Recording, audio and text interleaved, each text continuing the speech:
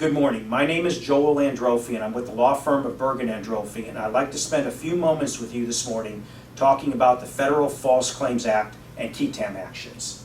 The Federal False Claims Act is a federal statute that permits private individuals a monetary recovery for successfully bringing suits alleging fraud committed against the federal government or certain state governments.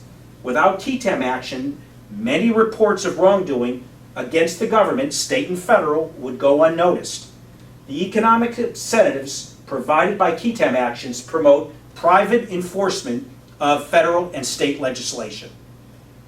What proof is required? For you to be a whistleblower, what do you need to give to your lawyers to give to the federal or state governments? You have to provide evidence other than what you know. You may know a lot, but you need witness testimony. Other persons that could corroborate the information that you're providing would be very helpful.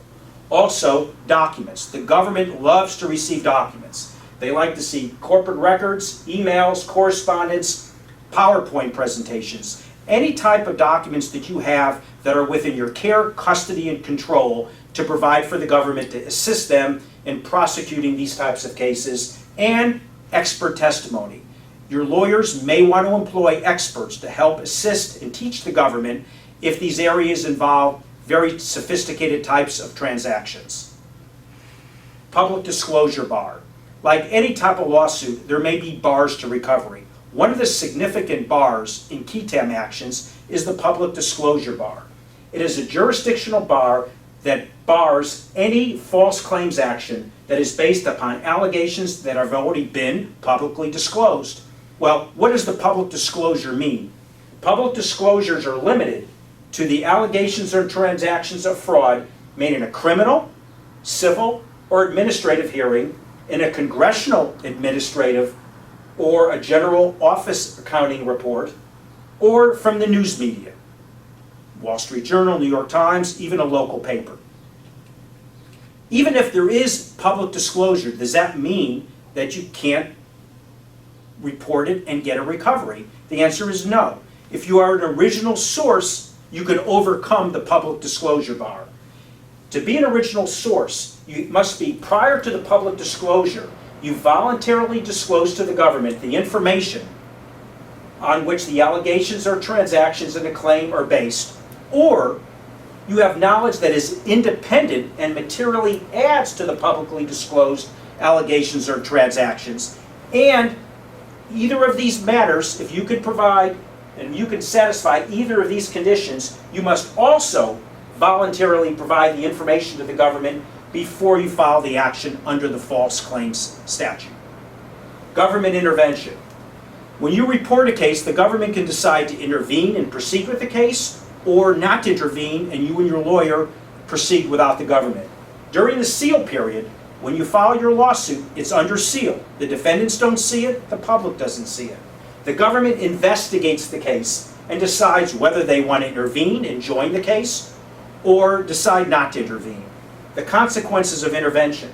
If the government intervenes, they take the lead on prosecuting the case, and you, the whistleblower, and your lawyer proceed and assist the government in reviewing documents, keeping up with the transactions in the case.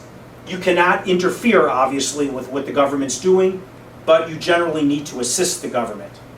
The consequences of non-intervention. If the government decides we don't want to intervene, it doesn't mean the case doesn't have merit. The government perhaps could be busy, they may have other matters. A lot of the offices around the country are not well stacked with lawyers, therefore they depend on whistleblowers and their attorneys to process these cases. Then you bear the burden of litigating it. The government can jump back in if they want at a later point in time, but if you decide at some point in time to settle the case, you still need the approval of the federal government. And finally, the whistleblower must have a lawyer. He cannot proceed pro se without the government's assistance. Relator recovery. If the government intervenes, the whistleblower can get anywhere between 15 and 25%. There are some exceptions that could lower the percentage. And if the government does not intervene, the whistleblower gets a higher percentage, anywhere between 25 and 30%.